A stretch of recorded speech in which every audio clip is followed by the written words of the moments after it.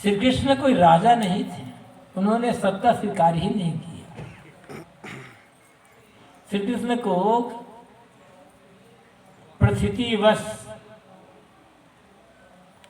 अनेक लड़ाइयां लड़नी पड़ी।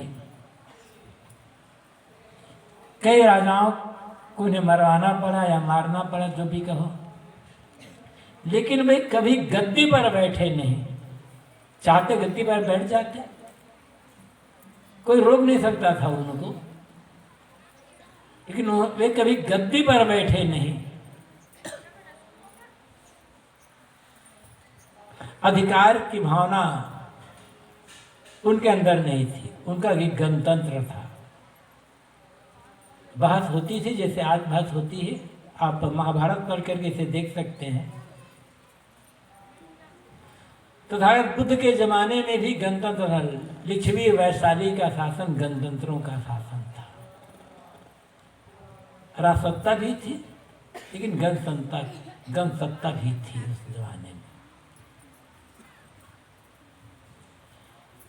एक गणतंत्र एक संदेश देता है कि यदि आप कहीं घर में रहते हो, परिवार में रहते हो, मठ आश्रम में रहते हो, तो ये मत समझना कि मैं मालिक हूं। कल इस पर थोड़ी चर्चा हुई थी। ये समझना कि मुझे सेवा करने का एक अवसर दिया गया है, बस। मालिक मानने में ही गड़बड़ियां शुरू होती है।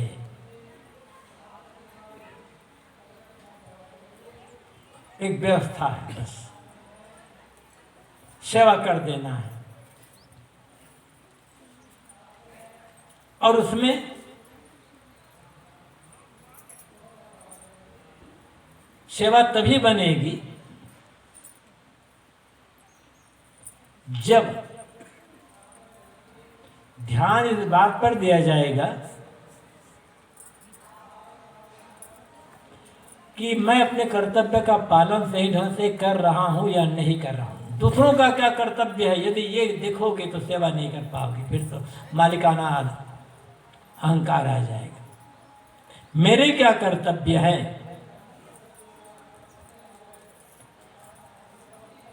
और अपने कर्तव्य को देखकर उसका यदि पालन करते रहोगे, सेवा, मुझे क्या मिल रहा है ध्यान यहाँ नहीं, मैं क्या दे सकता हूं। और देने वाले के कभी कमी का अनुभव नहीं करना पड़ता, देने वालों को मिल जाता है। आप कुछ भी दें, और प्रकृति का नियम, जिस चीज को आप जितना ज्यादा पाना चाहते हो उतना ज्यादा देना शुरू करो। प्रेम पाना चाहते हैं, प्रेम देना शुरू करिए, और जितना आप देंगे उससे ज्यादा प्रेम मिल जाएगा आपको। और प्रेम में स्वार्थ नहीं होता, प्रेम में अधिकार नहीं होता, प्रेम में अपेक्षा नहीं होती, और प्रेम में बदला लेने की भावना नहीं होती। यदि बदला लेने की भावना है तो आपको सब तरफ दुश्मन दुश्मन दिखाई पड़ेगा। लगेगा कि लोग मुझे लूट रहे हैं, लोग मुझे धोखा दे रहे हैं, लोग मुझे दुख दे रहे हैं, ये भावना।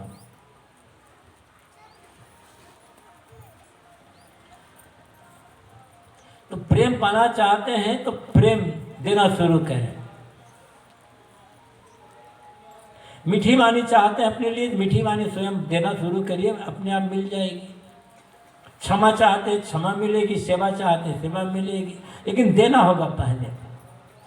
बिना दिए मिलेगा नहीं। जब आप खेत को बीज देते हो, खाद देते हो, दवाई देते हो, तब आपको खेत फसल देता है आपको। अब सोचो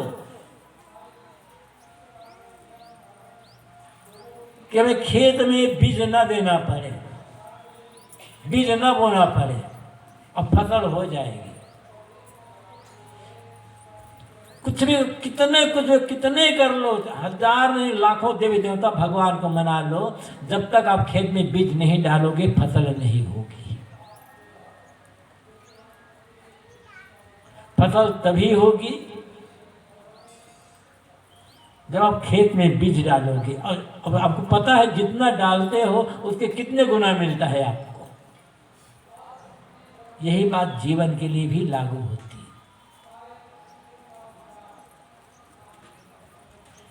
मन में द्वेष है, मन में बैर भाव है और चाहते हैं कि लोग मुझसे प्रेम करें, लोग मेरी सेवा करें, संभव ही नहीं है।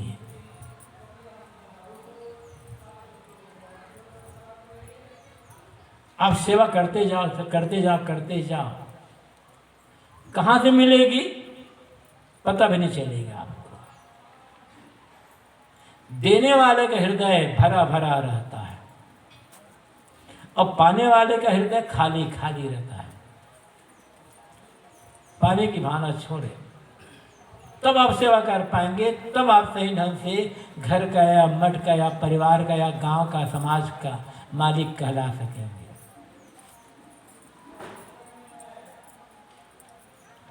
बड़ा होने की लालसा होती है आदमी के मन में कि मैं बड़ा बनूं, लोग मुझे बड़ा माने, अच्छी बात, लेकिन बड़ा कहलाना चाहते हैं, बड़ा बनना चाहते हैं, एक ही बात है, सेवा करते चले जाए, अधिकार मिल जाएगा। लोग पहले अधिकार चाहते हैं। हमारी दृष्टि, हमारी सोच गलत है ना भाई। ये काम करना है, लोग क्या सोचते हैं, क्या मिलेगा। जिसकी दृष्टि क्या मिलेगा पर होगी, वो आदमी जीवन में कभी संतुष्ट नहीं हो सकता है। कोई गुरु, कोई संत, कोई भगवान, कोई देवता उस आदमी को संतुष्ट नहीं कर सकता जो पहले ये सोचता है मुझे क्या मिलेगा, और बड़ा काम वो नहीं कर पाएगा। मुझे क्या मिलना चाहिए, मुझे क्या मिल रहा है, इसको तो बिल्कुल भुला देता है ना। बड़ा काम वही कर सकता है और समाज की अगुवाई भी वही कर सकता है। असली गणतंत्र ये होगा जहां छोटे बड़े सबकी राय ली जाती हो, सब पर बराबर ध्यान दिया जाता हो, लेकिन नियम तो होगा। गणतंत्र दिवस है तो संविधान है और संविधान का पालन करना पड़ेगा। और संविधान केवल देश का नहीं है, आपके परिवार का भी तो है। आप चाहते हो ना कि परिवार अमुक अमुक नियम से चलेगा। अब परिवार नहीं, जीवन का भी हमारा संविधान है, हमारे मन का भी संविधान है। यदि अपने हम मन के संविधान को समझ लें, मन के संविधान क्या है, नियम, कानून, मर्यादा, अपने मन के नियम को समझ लें तो कभी मन में गलत भावना नहीं आएगी। अपने शरीर के नियम को समझ लें, अपने पेट के नियम को समझ लें कि कितना भोजन मेरा पेट पचा सकता है, उतना खाओ, आराम से होगा, पाचन प्रणाली दुरुस्त रहेगी, शरीर स्वस्थ रहेगा। और स्वाद के वशीभूत होकर आप ज्यादा खाओगे, आपकी आंत यदि 3 या 4 रोटी पचाने की क्षमता रखती है, अब बराबर 3 या 4 रोटी ही खा रहे हैं, आपको किसी की पूजा, आराधना, नाम जप, मंत्र जप करने की कोई जरूरत नहीं होगी। क्योंकि अपने पेट का जो नियम है उस नियम को फॉलो कर रहे हैं। आपकी आंत पचाती है 4 रोटियां, अब आपने खा लिया 6 रोटी, बढ़िया सब्जी आई, घी लगा दिया रोटी में, कुछ और साथ में 6 रोटी आपने खा ली। चाहे 1000 देवता मनाओ, 1000 गुरु मनाओ, गुरु को चरणोदक लो, 1000 भगवान मना लो, आपको उसकी तकलीफ भोगना ही पड़ेगा कुछ देर के लिए। तो नियम तो समझना पड़ेगा ना। जहां जहां हमने नियम का उल्लंघन किया वहां वहां तकलीफ आएगी जरूर। स्वतंत्रता का अर्थ ये नहीं होता है कि स्वेच्छाचारिता। स्वतंत्रता का मतलब मनमानीपना नहीं होता है। स्वतंत्रता का मतलब अपनी मर्जी का मालिक नहीं होता है। स्वतंत्रता का मतलब होता है ऐसा कर्म, ऐसा व्यवहार ढंग से करना कि हम भी आराम से जिए और हमारे साथियों को भी हमारे द्वारा तकलीफ ना मिले, उन्हें भी आराम मिले, तब होता। स्वतंत्र है या जितना नियम का पालन करोगे ना उतना स्वतंत्र रहोगे, उतना सुखी रहोगे, स्वस्थ रहोगे, निरोग रहोगे। अब सोचे हम तो स्वतंत्र हैं, ये नियम का पालन तो हमें स्वतंत्र बनाता है। हमारे देश में क्योंकि हम स्वतंत्र देश के नागरिक हैं ना, हमारे देश में एक नियम है सड़क पर बाएं चलने का।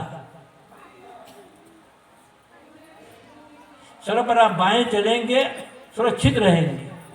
अब सोचें, हम स्वतंत्र देश के नागरिक, ये नियम कह के सड़क पर बाएं चलना, ये तो हमें गुलाम बना देना है। ये तो स्वतंत्रता है, हमारी मर्जी। जब वो बाएं चलेंगे, जब वो दाएं चलेंगे, जब हम सड़क में बीच में चलेंगे तो स्थिति क्या होगी? ऊपर जाओ या ना जाओ, भीतर पर तो पड़े रहना पड़ेगा ना 2-4 महीने के लिए। और आप नियम से चलते हो, आप बाएं चलते हो तो भी दुर्घटना होती रहती है,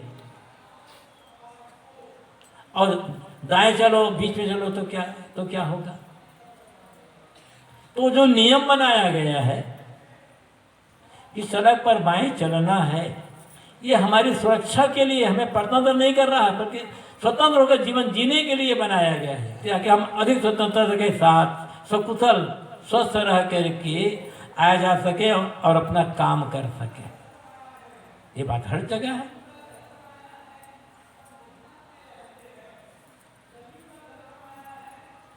बाहर तो एक नियम का, एक कानून का, एक मर्यादा का पालन करना ही पड़ेगा। तो हर जगह संविधान, हर जगह एक नियम है,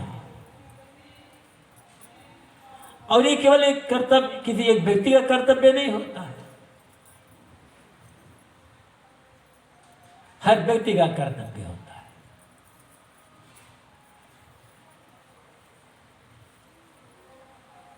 सरकार सोचती है कि हम जो नियम बना दे, जो जनता उसका पालन करें, और जनता सोचती है हमारा काम थोड़ा, हमने वोट दे दिया, और तो सरकार का काम है सारी व्यवस्था करना। घर में झाड़ू लगाए, कचरा फेंक दे सड़क पर, अब सरकार काम सफाई करेगी। ऐसे तो नहीं होगा, व्यक्ति से होता। एक बार स्वामी विवेकानंद जापान में थे, ट्रेन से यात्रा कर रहे थे। एक स्टेशन पर गाड़ी रुकी,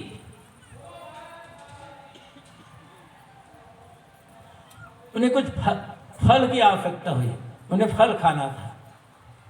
आसपास देखे, कहीं कोई फल की दुकान दिखाई नहीं पड़ी, फल मिला नहीं। ट्रेन में बैठे तो उन्होंने उनके कहा, क्या ये जापान कैसा देश है यहाँ फल ही नहीं मिलता। सामने एक सीट पर एक युवक बैठा था, वो जापान का रहने वाला था। स्वामी विवेकानंद की ये बात सुन करके, कैसा देश जापान, यहाँ फल ही नहीं मिलता, वो चुपचाप उठे, गए और कहीं जा करके एक टोकरी फल लाकर स्वामी विवेकानंद के सामने रख दिए। स्वामी जी लीजिए ये फल। स्वामी जी कहा, मुझे इतनी की आवश्यकता ही नहीं थी, तुम कहाँ फल ले आए थे, क्यों ले आए? तो उन्होंने कहा, जब आप हमारे देश से जाए, अपने देश, तो आप ये मत कहिएगा कि जापान में फल नहीं मिलता, मेरे देश का अपमान नहीं होना चाहिए। ये भावना हम में है ही नहीं। भले चाहे जो विदेशी आते हैं, लूट जाते हैं। देश प्रेम की भावना नहीं है, परिवार प्रेम की भावना नहीं है, समाज प्रेम की भावना नहीं है, आत्म प्रेम की भावना नहीं है, और कहाँ हम सुरक्षित रह पाएंगे? अपना अपना स्वार्थ सबको प्रिय है। स्वार्थ की आवश्यकता है आदमी को, लेकिन हमारा स्वार्थ सही ढंग से तब होगा जब हम दूसरे के स्वार्थ पर भी ध्यान दें। हमारा स्वार्थ ऐसा स्वार्थ नहीं होना चाहिए कि जिससे दूसरे के स्वार्थ को धक्का लगे। स्वार्थ ऐसा होना चाहिए जिससे दूसरे का स्वार्थ भी पूरा हो सके, उसके स्वार्थ में बाधा ना आए। जब ये सारी बातें होगी ना, तब धर्म भी क्या है? धर्म एक संविधान है, धर्म एक नियम है। धर्म पूजा पाठ नहीं है, धर्म कर्म कांड नहीं है, धर्म ये नाम जपना या मंत्र जपना ये धर्म नहीं है, आरती करना, वंदना करना, तीर्थ यात्रा करना ये धर्म नहीं है। और थोड़ा आगे बढ़कर कहूँ तो मंदिर बनाना धर्म नहीं है। धर्म से और मंदिर से कोई मतलब ही नहीं है। ये मत सोचना कि मंदिर बनाने वाला आदमी बड़ा धार्मिक होगा और रोज मंदिर जाकर पूजा करने वाला आदमी बड़ा धार्मिक होगा। इसका उल्टा भी हो सकता है। जो आदमी जीवन में कभी मंदिर गया ही नहीं है, वह आदमी भी धार्मिक हो सकता है। और जो रोज मंदिर जाता है, रोज पूजा करता है, वह आदमी भी धर्म विरोधी हो सकता है।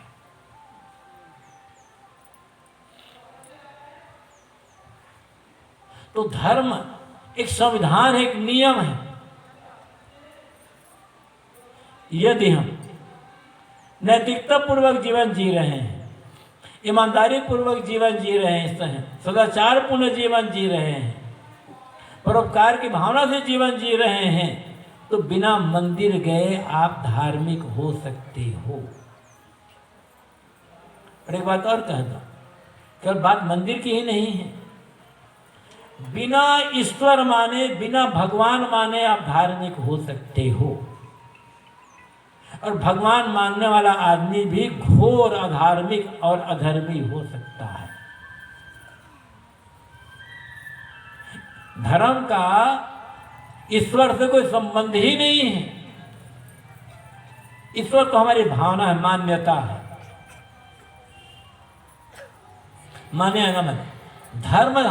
धर्म जीवन शैली है, धर्म जीवन जीने के नियम है, धर्म जीवन जीने की कला है।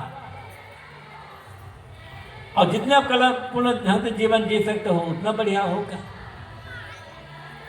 फिर ईश्वर मानो तो अच्छा, न मानो तो अच्छा। अब मानते हो ईश्वर, आपकी मर्जी है, मान सकते हो, उसके लिए कोई रोक टोक नहीं है। नहीं मानते तो आपकी मर्जी। किंतु आपका, हमारा जीवन, आपका जीवन नैतिकता पूर्ण, ईमानदारी पूर्ण, सदाचार पूर्ण, सद्गुणों से ओतप्रोत है, तो ये समझना कि आप ईश्वर के सही ढंग से भक्त हो। फिर मंदिर जाते हो जाओ, ना जाते हो मत जाओ। मूल बात मनुष्यता है। जो मनुष्यवादी हो, मानवीय गुण जिसमें है, वह आदमी धार्मिक है। अब पुराने ग्रंथों को पढ़कर देख लो,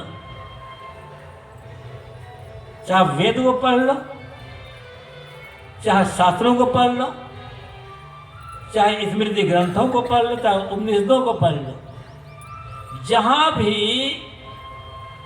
धर्म की चर्चा है, जहां भी धर्म की परिभाषा दी गई है, वहां ईश्वर गायब है।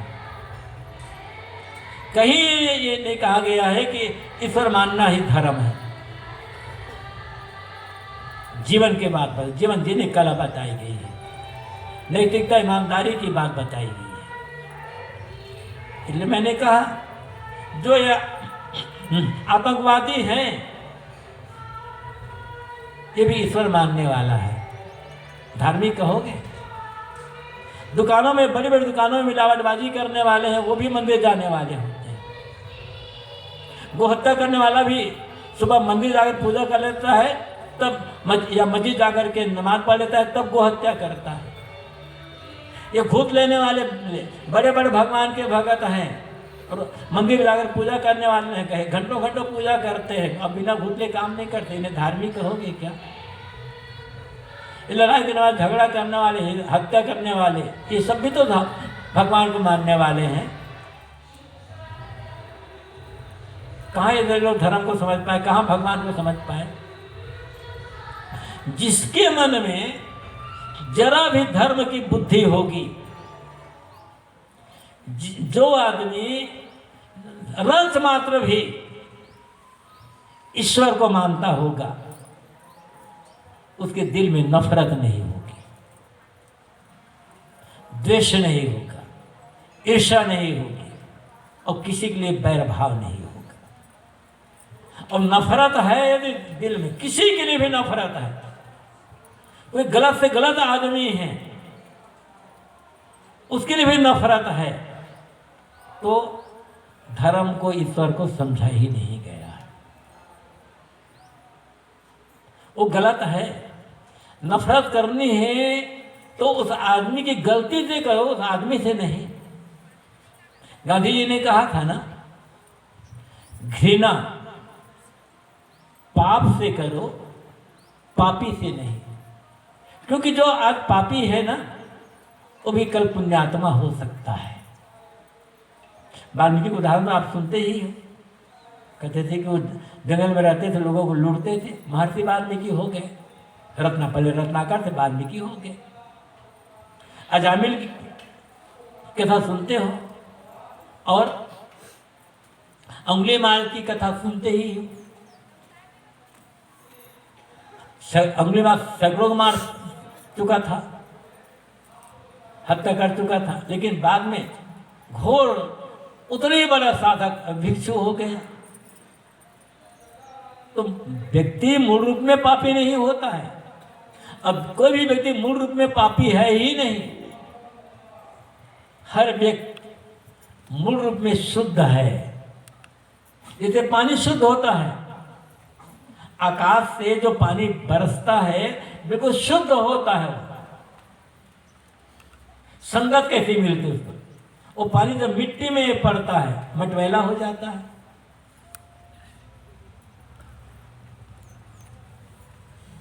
ऐसे ही कोई भी व्यक्ति हो, मूल रूप में शुद्ध है, अशुद्धता, पाप उसका स्वभाव नहीं है, अशुद्धता उसका स्वरूप नहीं है, अशुद्धता या पाप उसकी मौलिकता नहीं है। इसलिए कोई व्यक्ति गलत है तो घृणा या नफरत उसकी गलती से करो, वो तो गलत काम उससे, उस व्यक्ति से नहीं। व्यक्ति से यदि घृणा हो गई तो धर्म और भगवान को समझे नहीं गए। राबिया एक बहुत साधिका हुई है अरब में।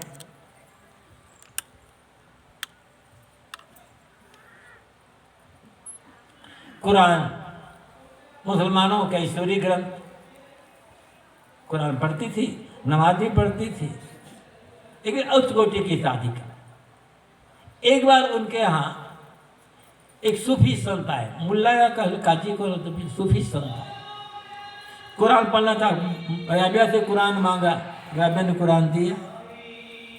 जब उन्होंने पलटा तो देखा एक जगह शाही से ऐसे पोत दिया गया है, एक वाक्य को शाही से काट दिया गया है। बहुत गुस्सा आया, उससे क्रोध आया कि ये कुरान तो खुदाई कलाम है, खुदा का संदेश है, इसमें काटा गया है। राबिया से पूछा, राबिया ये किसने काटा है? राबिया ने कहा, मैंने काटा है। ये क्यों? ये तो खुदा का संदेश है, खुदा के संदेश में भी कोई गलती हो सकती है। राबिया ने कहा, यहां लिखा था कि शैतान से घृणा करो। मेरे दिल में घृणा ही नहीं है, मैं घृणा कैसे करूं? मेरे दिल में मेरे लिए कोई शैतान ही नहीं, सब ईश्वर के बंदे हैं, सब खुदा के बंदे हैं। इसलिए घृणा करनी शैतानियत से करो ना। व्यक्तिगत होता है, संगत का और छोड़ दे तब तो बड़ा सा